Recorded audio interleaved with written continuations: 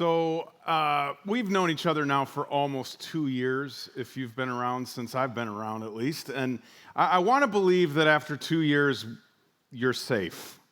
You're safe for me to be really vulnerable and honest with. Yeah? Like tree of trust in the nest. Because what I'm about to tell you about me is going to give you serious dork bumps. Like you are going to... I'm not leaving, don't worry. You may go, I don't think he's cool anymore or ever again. But again, I think we're at a place where I can trust you with this and at least believe in my own heart that you're not going to view me different.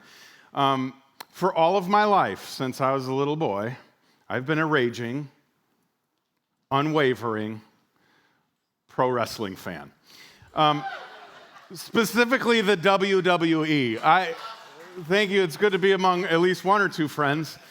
I grew up with an uncle who was literally in a Christian rock band that toured the world, so I just thought he was the coolest guy ever. And he was really into pro wrestling, so he got me really into pro wrestling, and I have gotten my children, yes, I have wrecked them, and it's kind of a thing we watch together, and it's super cool, and there's all kinds of, goofy moves, and yes, you might be going, does he know it's fake? Yeah, I know it's fake. It's like a soap opera for guys. It's totally okay.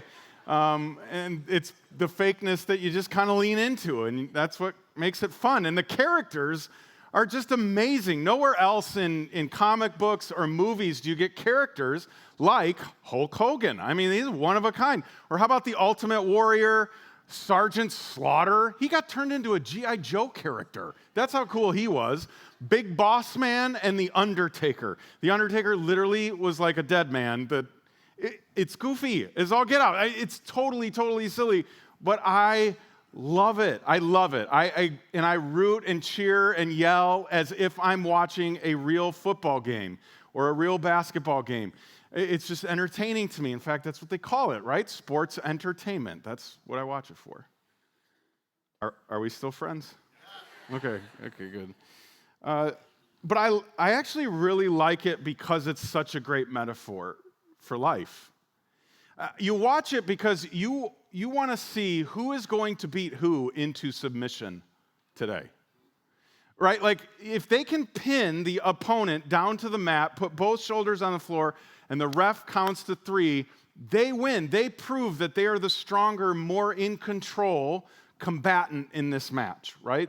They have made the other person submit. Or they can put a hold on them that is so painful that the other person has to submit, right? And they'll tap out. They'll literally pound on the mat saying, I can't handle this anymore. I got to be done. And again, then the winner gets to go, I made them submit to my will. I made them acknowledge me as the champion, and they get to put their arms in the air. Life. This is every day. We get up every day, and we want to win. We want to prove that we're stronger, that we're smarter, that we're better. And we spend most days trying to beat life into submission. We want to pin it down and make it do what we want it to do. This is what we're doing when we pursue the raise or the new title. It's what we do when we try and control our relationships with our significant others. It's what we're doing when we're talking about so-and-so behind so-and-so's back, because in some ways we're controlling the narrative, right? It's why we post certain things when we post them, because it's kind of subvertly, underneath the surface, our way of getting control. At the end of the day, you and I want to control things. We want to control life. We want it to turn out the way we want it to turn out. We want someone to look at us and go, they are a champion at life. I know I do. I want people to think, man, everything comes easy for that guy. He can always come up with the answer. He can always make the best strategy, whatever the case may be. Like, I want people to look at me and go, he figured it out. He knows a cheat code or something. Because life bends to his will. But most of us feel like we spend most of our life bending to life's will. We're like a victim of our circumstances. And here's the problem with that. if you call yourself a follower of Jesus, submission is actually cooked into that very phrase. Because if you're going to follow someone else, it means that you have given them control. They get to be first in line, and you follow behind them. That's an act of submission. I'm not going to determine where we're going anymore. You are going to determine. If I'm following you, you are determining where we go. So when we say, or when I say I'm a follower of Jesus, I may not always consciously recognize this, but that's me saying I submit to him. He gets to be in control. The life that Jesus, and this is like if you are a follower of Jesus, you're going to go, okay, I've heard this before. If you are not, you're maybe going to say, I've never heard it quite like that before, and I just want you to know, I'm trying to let you know what you could be getting yourself into if you were to start following Jesus. Because the life he invites you to is a life of submission. It is a life of rolling over and letting him win. It's a life of going, you're in charge, you're writing the story, you're the main character, and I'm not. You don't bend to my will, I bend to yours. Because I've spent a long time trying to get God to be my genie in the bottle. I've spent a lot of time trying to figure out how do I manipulate God into doing what I want done in my life, as if my life were mine. And I spend so much time grappling with him over control.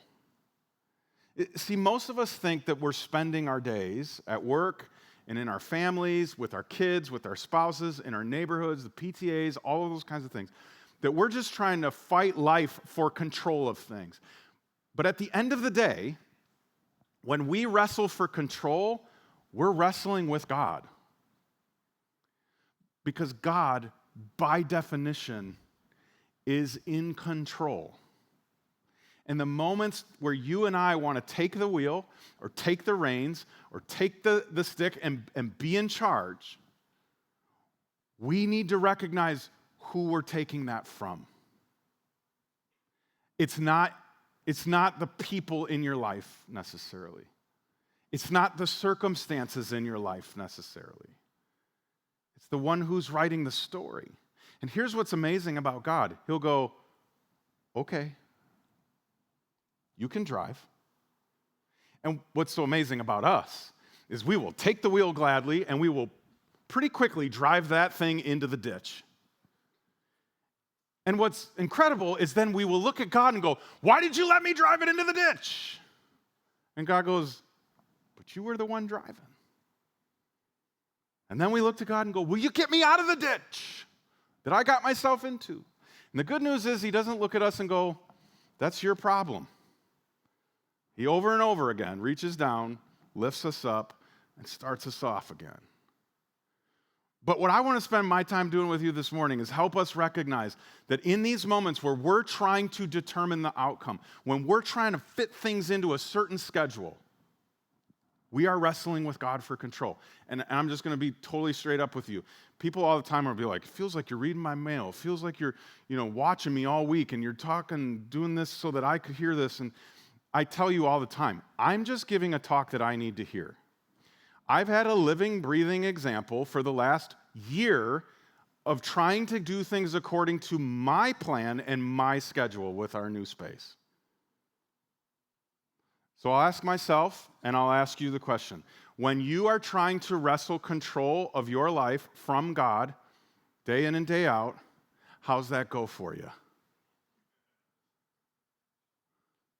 It's not going well for me. I'm frustrated. I'm irritated. I feel helpless. All of those kinds of things, right? Like it just doesn't ever go good. And I think part of it's because we're not meant to be in that seat. That's for him and for him alone. The good news is there is a gentleman in the scriptures that is such a in living color example of what this looks like. And that's who I want to spend our morning with today, because he's one of my favorite people mostly because of all the things he did wrong. His name's Jacob. And my oldest son's name is Jacob, and you're going to find out in a minute why he's not actually named after this one.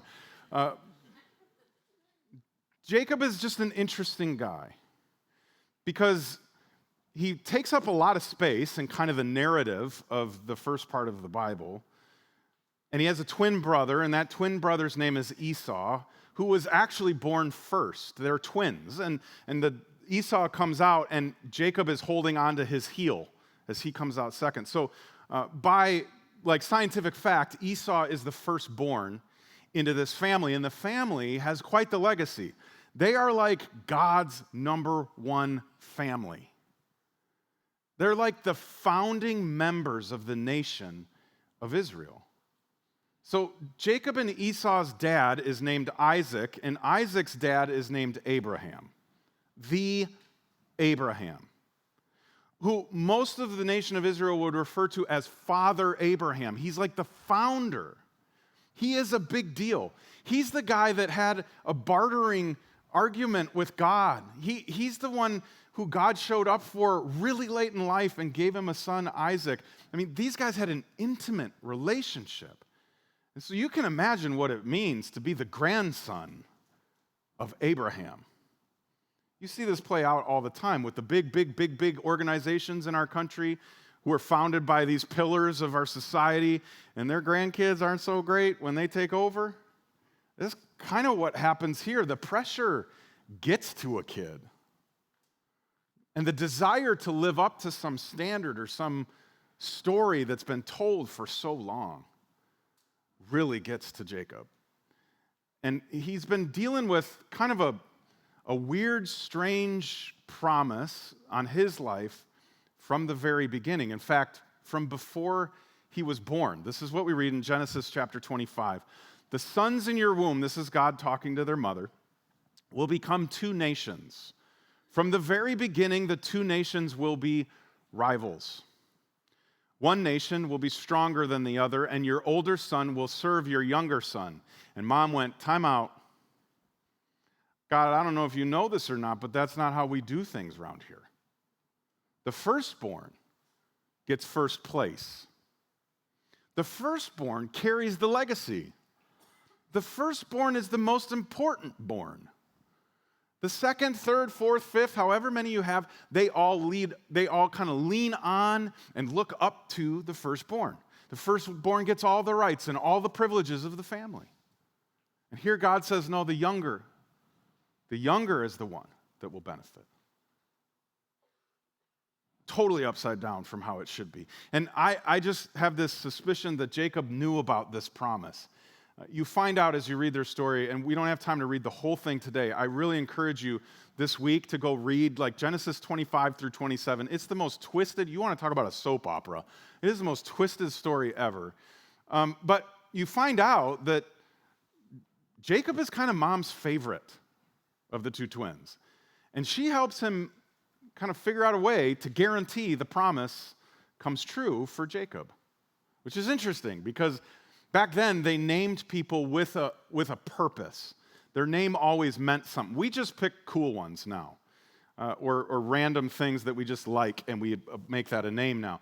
Back then, they named you on purpose. And so when they named Jacob, they knew that he would be one who manipulates people. This is why my Jake is not named after this one. It's like his lot in life. He was a deceiver. He was good at going, this is what I want to be true, and here's how I'm going to move all of the chess pieces that were living, breathing people into the right places at the right time to guarantee I get what I want. I'm in control.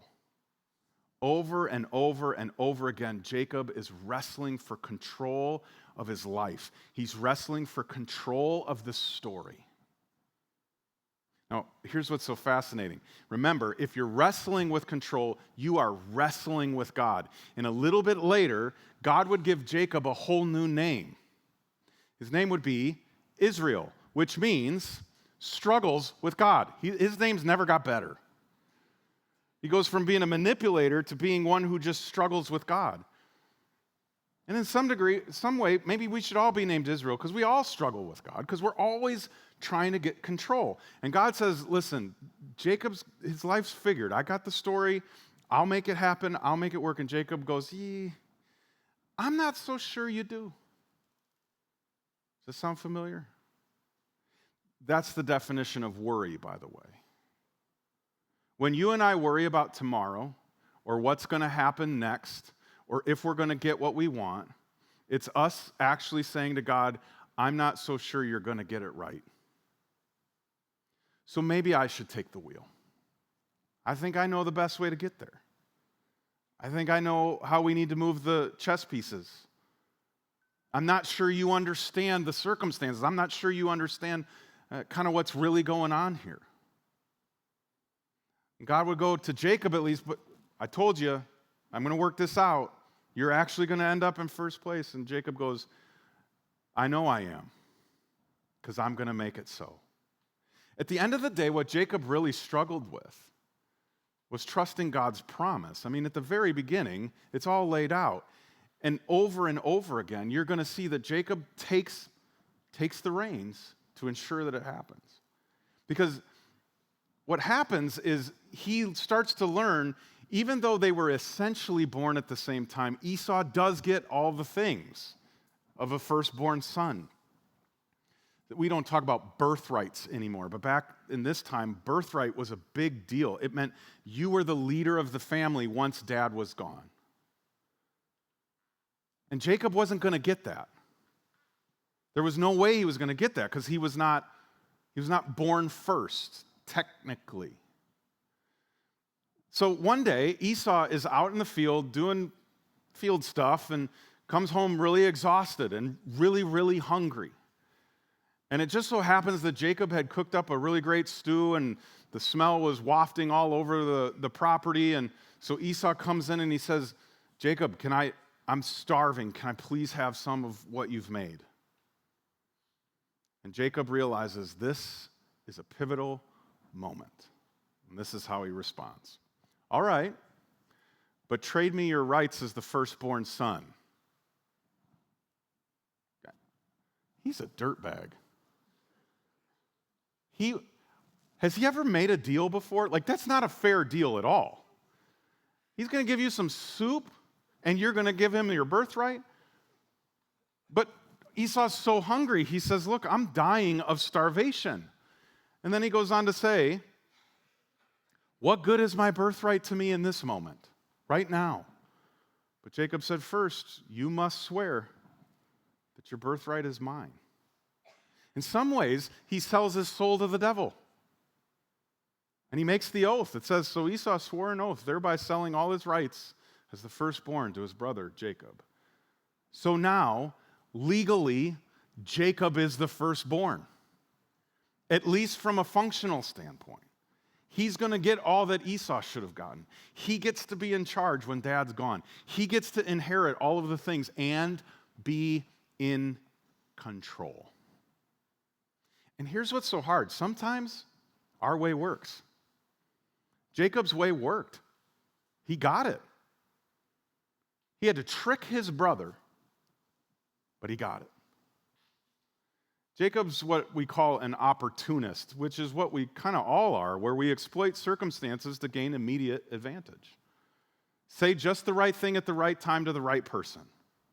Show up in the right place at the right time with the right people.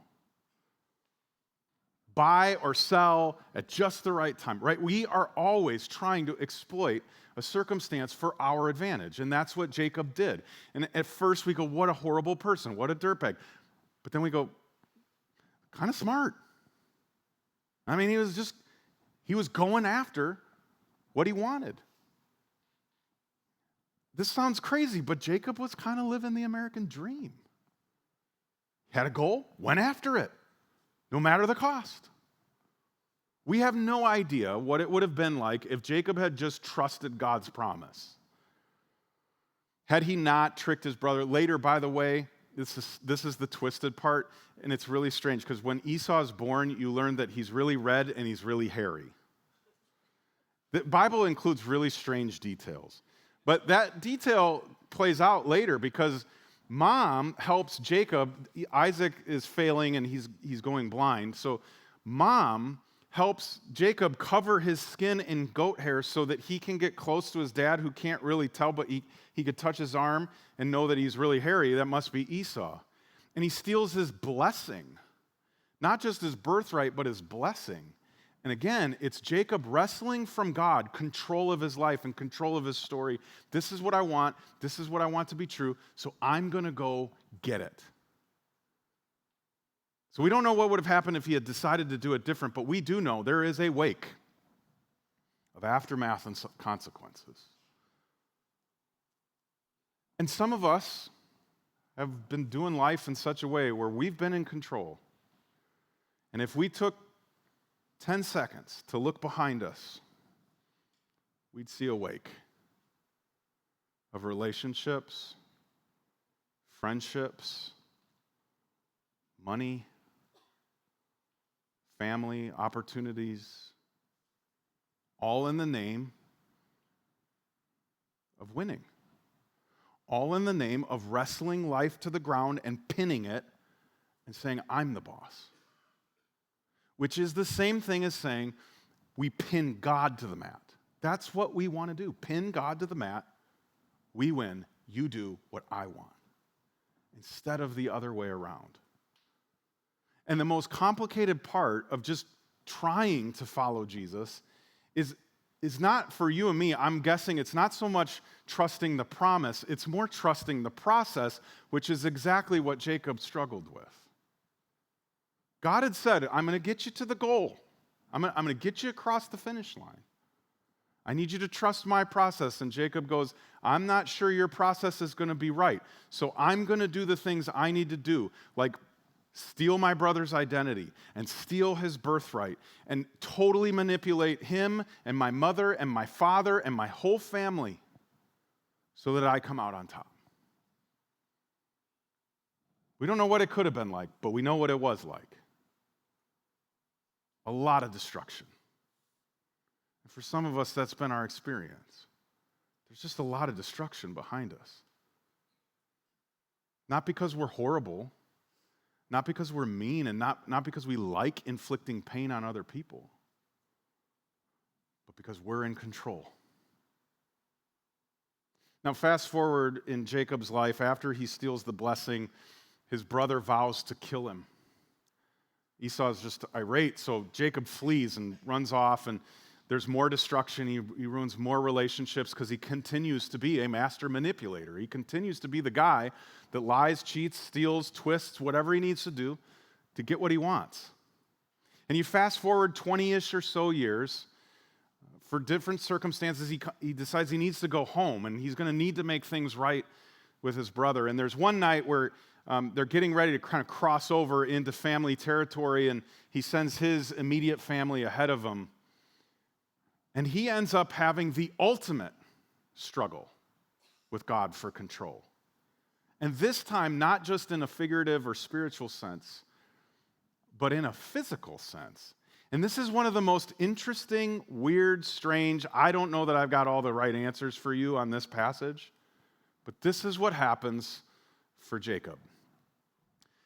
It left him alone in the camp, and a man who we later discover is God in physical form came and wrestled with him. Like physically, they're going back and forth, like Hulk Hogan and the Macho Man. I mean, that's what I see in my head. It's like ding, ding, ding, and body slams all around until dawn began to break. So this goes on all night long. Jacob is wrestling with God. When the man saw that he would not win the match, and you go, well, wait a minute, I thought this was God. How can God not beat a human? Understand what victory looked like.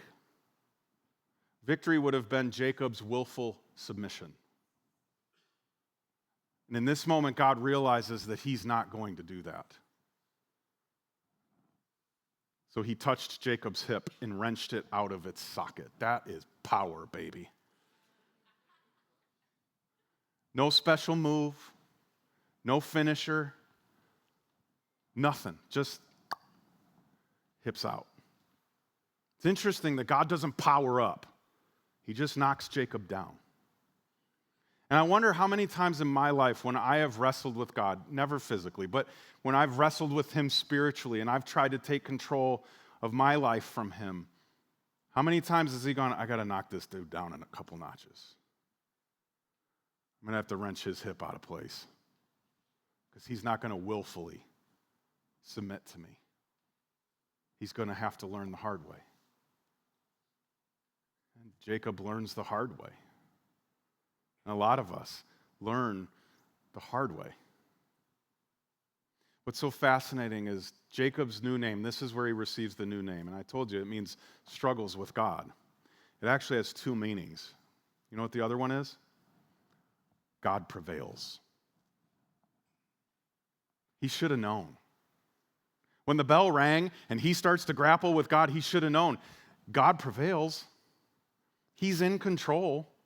No matter how long and hard I try to wrestle control away from him, he will prevail because he is God and I am not.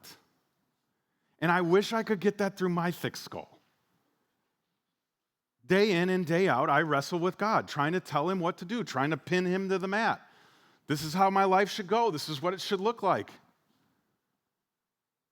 And sometimes I think he just looks at me and smiles and goes, you keep trying. You keep trying.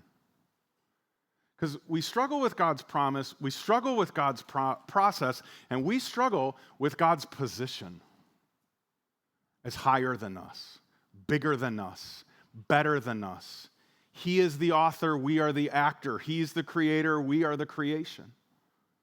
That's really difficult because that little part of him in us, the little image of God in us, struggles to submit. We struggle to let someone else be in control. So hear me on this. That doesn't mean you're a bad person. It just means you're a person. All of us, no matter how godly, no matter how long we've been a Christian and gone to church, no matter what, all of us constantly struggle for control of our lives and having the ability to say, this is what's going to happen and how it's going to happen, when it's going to happen, with who it's going to happen. And I grew up with a family that would always say, if you want to hear God laugh, tell him what you're going to do. Tell him your plans. And I think there's some truth in that. And so, again, my hope is that we start going, when we're wrestling for control, we recognize that we are actually wrestling with God. We recognize who we're trying to take the control from. It's not like it's just out there floating and it's just whoever can grab it first, they win. It belongs to someone that has it by right. And we are trying to take it from him instead of trust it to him. What does it look like for me and for you to move from trying to manipulate God like Jacob into doing our good, or what we think is good for us, to just going, God is for my good. And I can trust that when his plans don't align with my plans and his timeline doesn't align with my timeline, that his is actually better. As hard as that might be for me to admit. See, at the end of the day, this thing we do all day, every day, of trying to control all the variables and all of the moments of our life, it's not a physical thing. It's not an emotional thing. I don't think it's a mental thing or a psychological thing. I don't think it's a financial thing. We make it about that. We kind of code it in those sorts of things. But at the end of the day, your struggle for control, your wrestling in life is a spiritual thing. And I know we don't want to over-spiritualize things. I'm not a big guy on like, I got a good parking spot at Target. God's blessed me today. Like I don't really do that sort of thing. But I also don't want to rob deeply spiritual moments of their spirituality. And in these moments where I am like a child not getting my way in life, that is a spiritual thing. In the moments where I have to go, I'm not God, I'm not in control, that is not my right. And I put my hands in the air and submit. That's a spiritual thing. So I want to give you a silly exercise for this week. And you're probably going to roll your eyes, and I'm okay with that. But I triple dog dare you to try this. Because it's a physical thing that I'm going to ask you to do, probably all day, every day. But the good news is you can do it in such a subtle way that no one will know that you're doing it, or if they happen to catch it, they will not understand or know that it's anything abnormal. In the moments, in the days ahead, when you feel yourself reaching for the wheel to take control of your life, when you are struggling with things aren't going the way I want them to, they're not going my way, or the story is not playing out the way I would have written it, and you find yourself wrestling for control in life, I would love it if you would actually, literally tap out.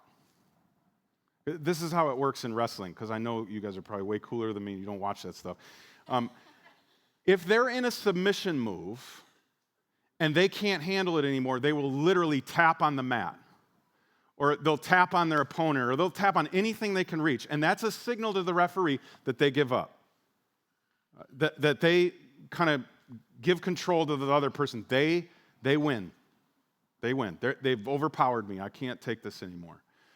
So here's what this could look like. If you're at work tomorrow and you're sitting in your cubicle, or you're sitting at your desk, or if you work from home and you're at your desk and you find yourself going, "Ugh, this is not how I want this to go. This is not who I want to be talking to. This is not," right? All of those moments where you're like, I got to take control. I want you to literally tap on your desk. Just 1, 2, 3. And use that as a physical way to go, God, I give up. I'm going to stop trying to take control from you. I'm going to let you be in control. And then you can be really honest with him, by the way, and say, I don't like this. I don't want this. But you're in control, I'm not. I tap out. This could look like when you're sitting having a conversation, maybe with your spouse or a kid or a coworker or something, and you are wanting to like get loud and take control and shut them up and put them, you might just tap on your leg. You don't have to be like this. It doesn't have to be crazy. It just be very subtle. Like 1, 2, 3. God, you're in control, I'm not.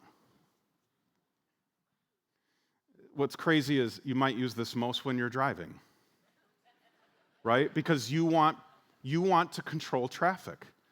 You want to control how long the red light lasts. You want to control who passes in front of you. You want to control how fast you're able to go. So what does it look like for you literally to reach up and just tap on the dash? God, you're in control. I'm not. I'm just going to go with the flow. You might, every once in a while, just tap on your arm. Like, okay, God, I'm going to let you be in control. When you have to face that surgery, when you have to face that jobless season of your life, it's a moment for you to go, I'm not in control, you are. I'm tapping out. I'm not going to wrestle with you anymore about this. Because I can promise you, when Jacob's hip went out, he tapped out. So don't wait for your hip to go bad. Tap out ahead of it. And let the one who knows how to handle all this. When you wrestle for control, you wrestle with God. And here's what I'm finding. In my very rare moments where I get this kind of okay. In the moments where I tap out and I just go, okay, God, it's up to you. And again, I've gotten to practice this a little more lately, where I just go, okay, God, your timeline, trust you. Here's what I'm finding. It might be a little different for you, but I think these are pretty common experiences when we relinquish control to someone else, bigger and better than us. I find myself rushing a little less because it's God's timing, not mine. I find myself getting angry a little slower. I'm not saying I don't ever get angry, but it takes me a little longer to get there. Because in the meantime, I'm kind of going, okay, God, what are you doing here? What are you up to? I accept reality a little quicker. You can ask the staff. He pouts for a day when something gets delayed. Then he gets over it. He moves on. I find peace a little more often. I certainly have more hope. My ability to go, tomorrow will be better than today, is solely in the fact that the God of the universe is in control, that the King of Kings is on the throne. That's where my hope is. That's why I can say that.